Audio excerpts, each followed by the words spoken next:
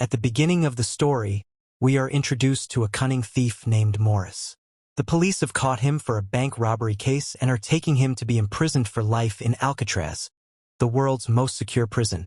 Alcatraz is a prison built on a small island in the middle of the ocean. This means even if a prisoner breaks out of the jail, he cannot escape because his path is blocked by water. That's why this prison had the reputation of being the world's most secure prison. Only the world's top criminals were kept here. But soon, this prison's prestige was about to be shattered, because Frank Morris, a cunning thief who had already broken out of jail many times before, had now entered this prison. But this time, Morris was a bit nervous because this prison was extremely secure. However, Morris did not want to spend his entire life here at all. He wanted to escape from this prison as soon as possible. The moment he entered the prison, Morris started thinking about escaping. Morris is thoroughly checked from head to toe and locked in a cell. A guard comes and says to Morris, "Welcome to Alcatraz." And that's where the real story begins. Suddenly, a bell rings, and all the cell gates open automatically. The officers call the prisoners out. The discipline in this prison is also very strict. Prisoners have to follow rules for cleanliness and returning to their cells on time. Everyone wears the same uniform and lines up to eat breakfast. In front of Morris is a prisoner named Litmus. Morris asks, "I didn't even get a fork. How will I eat the noodles?" Litmus tells him, "This isn't your home. Eat quietly with what you got." Just then, a dangerous prisoner named Wolf starts teasing Morris. Every prisoner in the jail was fed up with Wolf. He bullied every prisoner here, and there are many rape cases against him too. This prison houses dangerous criminals, one more dangerous than the other. Here, Litmus asks Morris for some food, and during this, Morris gives him his plate. When Morris looks under the table, he realizes Litmus isn't eating the food himself, but is giving it to a rat. At night, a guard takes Morris to the warden. When Morris reaches the warden's office, the warden tells him, "I know you are very sharp-minded and intelligent, but what use is all that here? Many like you have come and gone, but no one has ever escaped from here. Prisoners here follow very strict rules. Someone can only visit you once every 2 months, and that too only if I'm in a good mood. The warden is a very strict man who gives very harsh punishments for the slightest mistake." The warden says, "Don't even think about escaping from here. Otherwise, you'll be torn to pieces." To which Morris replies, "No, sir. Who would even think of escaping with you here?" But in reality, from the very first day, Morris had already started planning his escape. During this time, Morris seizes an opportunity and steals the warden's nail clipper. It was a very small thing, but Morris knew that in a prison like Alcatraz, even this small nail clipper could be very useful. Morris hides the nail clipper in a Bible as soon as he returns to his cell. The next day in the bathroom, Wolf starts bothering Morris again. But this time, Morris wasn't going to let it go. Now Morris shows his true colors, grabs him, and gives him a thorough beating. After beating Wolf, Morris gained a different reputation throughout the prison. Everyone started fearing Morris. After this, Morris is assigned to work in the library. There, he meets a man named English. He is a senior prisoner in this jail. English was also sentenced to life imprisonment for murdering 2 people. He had spent half his life in this prison and knew every nook and cranny of it. He was aware of everything happening in the prison. He even knew about the fight between Morris and Wolf that morning. He gives Morris some books to deliver to each prisoner's cell. In the next scene, an open area is shown where prisoners are playing games. There, he meets an artist named Doc who is painting. Doc is a very simple and decent man who has been serving his sentence here for many years. He was very fond of painting and spent most of his time painting. Doc said that in a prison like Alcatraz, anyone could go crazy. But because of his painting, his mind was still functioning normally. Morris asks Doc, "Why is this flower in the painting? There's nothing like that on your shirt." Doc says, "That's my happiness, which is only in the painting, not in my heart." After that, when Morris looks to his right, he sees English above. Morris goes towards English. When Morris gets close to him, his lackeys stop Morris. Then English signals, "He's one of us, let him come." Morris goes and sits next to him and immediately broaches the subject on his mind. Morris says to him, "Will you help me escape from here?" Hearing this, English laughs. "Look, son, this isn't just a prison. It's our grave. To get out of here, we first have to die. Only then will our dead bodies reach the cemetery. Suppose you even manage to climb these big walls, cross the dangerous forces, and by some magical power you escape hundreds of guards and get out of the prison. Even then, you won't be able to escape because the ocean will block your path. So, don't waste your time and serve your sentence quietly. At least you'll stay alive." But Morris was determined. He wanted to escape from this prison at any cost. That night, an officer tells Morris, "You've been assigned to carpentry work starting tomorrow. You'll also get a wage of 50 cents an hour." Morris immediately agreed to this work because he thought he might find some tool there that could help in his escape.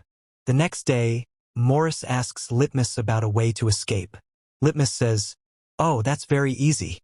Every cell has an air vent. You can reach the roof through it. From there, maybe you can escape."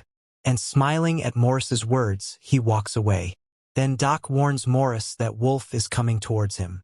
Just then, Wolf comes to attack Morris with a knife. Morris wraps his coat around his hand and starts fighting him. Meanwhile, a guard comes to stop them, and Wolf attacks the guard with the knife as well. Now the situation escalates, and the guard in the watchtower starts shooting. Only then do Morris and Wolf stop fighting. Morris hadn't known there was a guard in the watchtower. He now started noticing every detail of this prison. The guards take Morris and Wolf to D-Block. This is where prisoners are tortured all night in the dark. This was a cell where no prisoner wanted to go. Before going in, Wolf threatens Morris. "Your death will be at my hands, boy." That night, Morris had to endure various kinds of torture, which left him in a very bad state. After 2 weeks in this dark cell, he is brought back to his cell. There, Litmus sends Morris a note via his pet rat, which says, "Welcome back, Morris." One day, a new prisoner named Charlie arrives and is placed in the cell next to Morris. Morris and Charlie quickly become friends. Morris then introduces him to his other friends. At the same time, the warden checks every prisoner's cell without telling anyone. When he goes to Doc's cell, there are many paintings made by Document. The warden is surprised that his paintings are increasing day by day. Doc had also made a painting of the warden. Seeing it, the warden starts smiling. But for some reason, the next day, the warden orders the guards to throw out all the paintings from Doc's cell. This decision completely breaks Doc from the inside because Doc was only alive thanks to his paintings. He loved every painting he made because it was his only happiness here, and that too was taken away from the poor man. Morris consoles him. "It's okay. It was just a painting. You can make more." But Doc couldn't recover from this shock. The next day, seeing him, Morris tells a guard, "Please keep an eye on Document. He seems very troubled. He might hurt himself." Then the guard says to Morris, "You mind your own business." Doc is also assigned to work in carpentry with Morris. Then Doc secretly puts something in Morris's pocket. After that, he calls a guard and cuts off 3 of his own fingers with an axe meant for carpentry, saying, "I don't need the fingers with which I can't paint." Saying this, he starts screaming. Then the guards grab him and take him away. Morris sees that Doc has placed the same flower in his coat that he had used in his painting. Perhaps he wanted to tell Morris that these people have taken my happiness from me. Morris picks up Doc's severed fingers, puts them in a box, and seeing the guard, says, "Go, give this to your warden. He will be very happy to see it."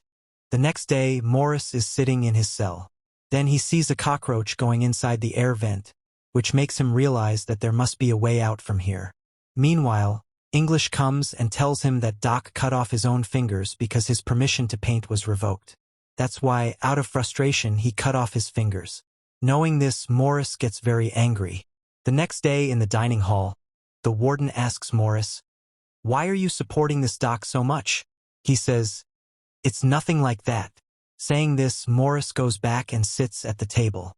There, he meets 2 brothers, John and Clarence. But Morris talks to them as if he knows them from before.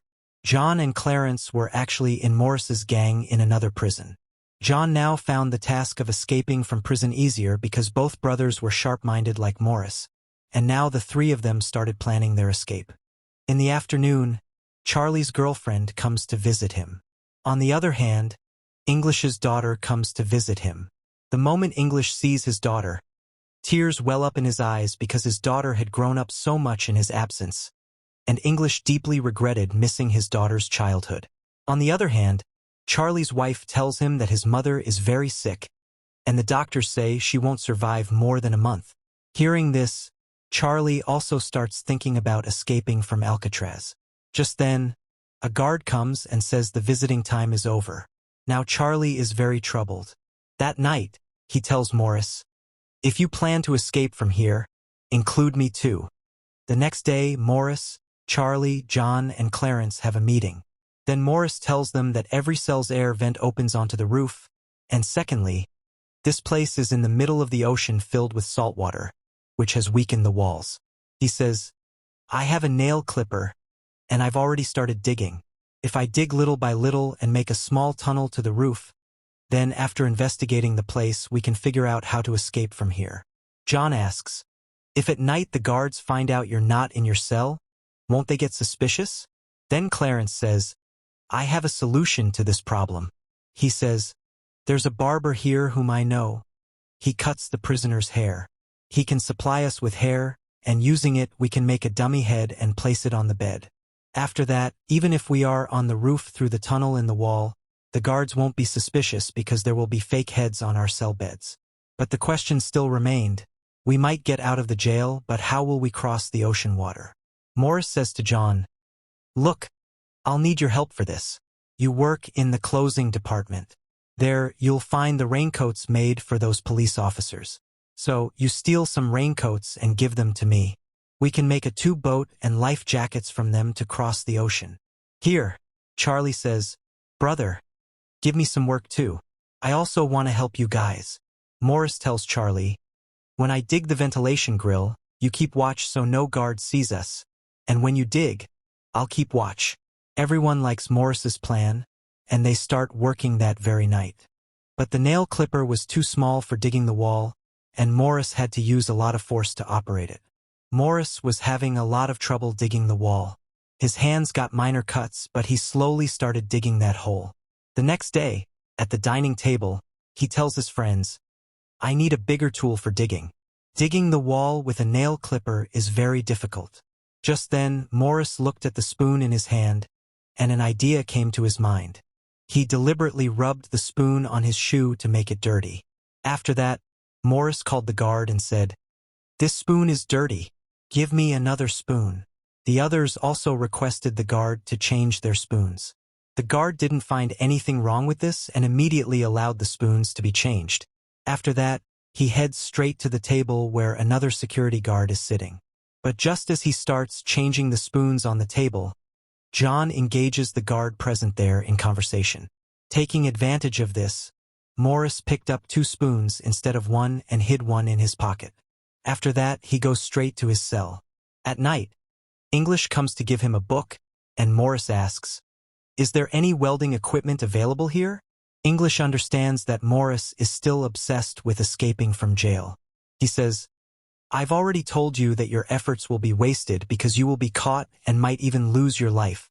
In all these years, the thought of escaping never crossed my mind because I know it's impossible. But you are stubborn, so what can I do? Try your luck." But Morris isn't affected by his warning. The next day, he asks Litmus for matches and says, "If you help me, I will give your rat my share of food every day." Litmus happily agrees to this deal because Litmus loved his rat very much. That same night, Litmus passes the matches to Morris. Morris removes a handle from the nail clipper, with which he is going to make a small shovel. Then he breaks the spoon and attaches it to the nail clipper's handle. Then he lights a match and welds the two together properly, making a pointed tool. Then he starts digging around the vent. Charlie keeps watch. If any guard comes that way, he will immediately whistle and signal Morris. But while keeping watch, Charlie dozes off and just then a guard arrives. Luckily, at that moment, English intervenes and distracts the guard's attention, and hearing English's conversation, Charlie also wakes up, but in his panic, he can't even whistle. Then he drops something. So Morris, understanding his signal, covers the vent and lies down on the bed. The guard asks, "Why does it smell like something is burning here?" Morris says, "Sir, who would dare to smoke with you here? I don't smell anything." The guard is also flattered, thinking, "Well, at least someone respects me." After he leaves, Morris removes the concrete around the vent. But he sees that there are screws inserted along with the ventilation grill, which will require a sharp tool to cut. During this time, whenever Morris got a chance to go out, he would quietly dispose of the cement from the grill outside. The next day, while working in carpentry, he picks up a piece of metal that is sharp like a knife. But Charlie tells him, "How will you get it out past the metal detector?" Morris says very confidently, "I'll handle that." When Morris goes out, the metal detector at the door beeps. Actually, Morris had carried the metal in his hand. The guard asks, "Why are you taking this?" Morris says, "Sir, I thought I'd use it to hang clothes." The guard says, "Don't get too smart, and give it to me." Saying this, the guard takes the metal from him and lets Morris go after checking him thoroughly. But our hero is a hero indeed. Actually, he had stolen 2 pieces of metal. He brought one in his hand and hid the other in his shoe. With that sharp metal, he cuts the grill. Now it was time to make the fake heads to fool the guards. For this, all 4 of them do their assigned tasks. Charlie asks a guard for some paint. He tells the guard, "I have a hobby of making art." The guard doesn't refuse and gets him the paint. Morris grinds the concrete from the hole into a powder. John collects hair from the barber shop, and Clarence collects old books from the library. After all the materials are gathered, Morris starts making a dummy head using water and old magazines. By applying paint and fake hair on top, he creates a fake head that looks absolutely real. At the same time, Morris also made fake cardboard to strengthen his plan so no one would suspect that a tunnel had been made in the front wall. One night, Morris decided to go up alone. For this, he placed the fake skull he had made on the bed and covered it up to the neck with a blanket. After that, he takes the fake cardboard and comes out through the tunnel. There, Morris grabs the pipes and slowly climbs up to the roof. Meanwhile, Charlie is keeping watch outside. After reaching the roof, Morris sees that there is an iron grill there that he can't even reach by jumping. Meanwhile, a guard comes and asks Charlie, "Why are you painting so late at night? And why did your friend Morris go to sleep so early today?" Charlie says, "Sir, Morris was tired from working in carpentry today. That's why he went to sleep early." Just then, suddenly, the guard's baton falls down. As he picks it up, he sees that Morris's hair looks very strange. Now Charlie starts trembling with fear, thinking they are caught. The guard reaches into Morris's cell and touches his hair. Then Morris asks, "What happened, sir? Are my hair that beautiful?" Luckily, at that moment, Morris had come down and lain down there. The next day, Morris tells his companions that there is a way out on the roof, but it's secured with a grill, and that grill is very high up. He says, "I need another partner's help." Then John says, "I have completely dug out my vent. I will also reach there tonight. We will both open the grill together." That same night, Morris and John reach the roof through their vents. John lifts Morris and Morris grabs the grill. John sees that this iron grill is very strong and has been completely welded. There's only one way to remove it, and that is to cut it with a drill machine. The next day, in music class, everyone is playing instruments of their choice. Then Morris's eyes fall on a small fan kept there. Looking at it, Morris thinks he can work on it and make a drill machine. For this, he tells Charlie, "You somehow hide this fan from here." Charlie easily hides this small fan in his instrument box. When Charlie comes out, the guards check his instrument box too. But they don't see the fan, and Charlie is let go. As soon as the fan reaches Morris's hands, Morris starts working on it. And after several hours, Morris turns that fan into a drill machine. That night, Morris and Charlie climb to the roof and start cutting that iron rod with the drill machine. The sound of the drill machine was quite loud, and hearing the drilling sound, the guards start coming up. But by then, Morris cuts one rod of the grill, and the drilling sound stops. After the drilling sound stops, the guard ignores it and goes back. Now these four had opened all their escape routes. After that, they were to escape from Alcatraz, the world's most secure prison, on Tuesday night. A prison from which no one had ever escaped before. The next day they have a meeting again, and that too in the movie hall where everyone is watching a movie. Amid the sound of the movie, Morris asks John and Clarence, "Is your vent ready? And what about those raincoats we were going to use to make tubes and life jackets?" They tell him that everything is ready. Our dummy head is also absolutely ready. All that's left is to escape. The next morning during breakfast, Morris placed the given by Doc on the table. When the warden saw this flower, he came to their table and crushed the flower lying there. Seeing this, Litmus gets very angry because this flower was Doc's favorite, and Doc was dead.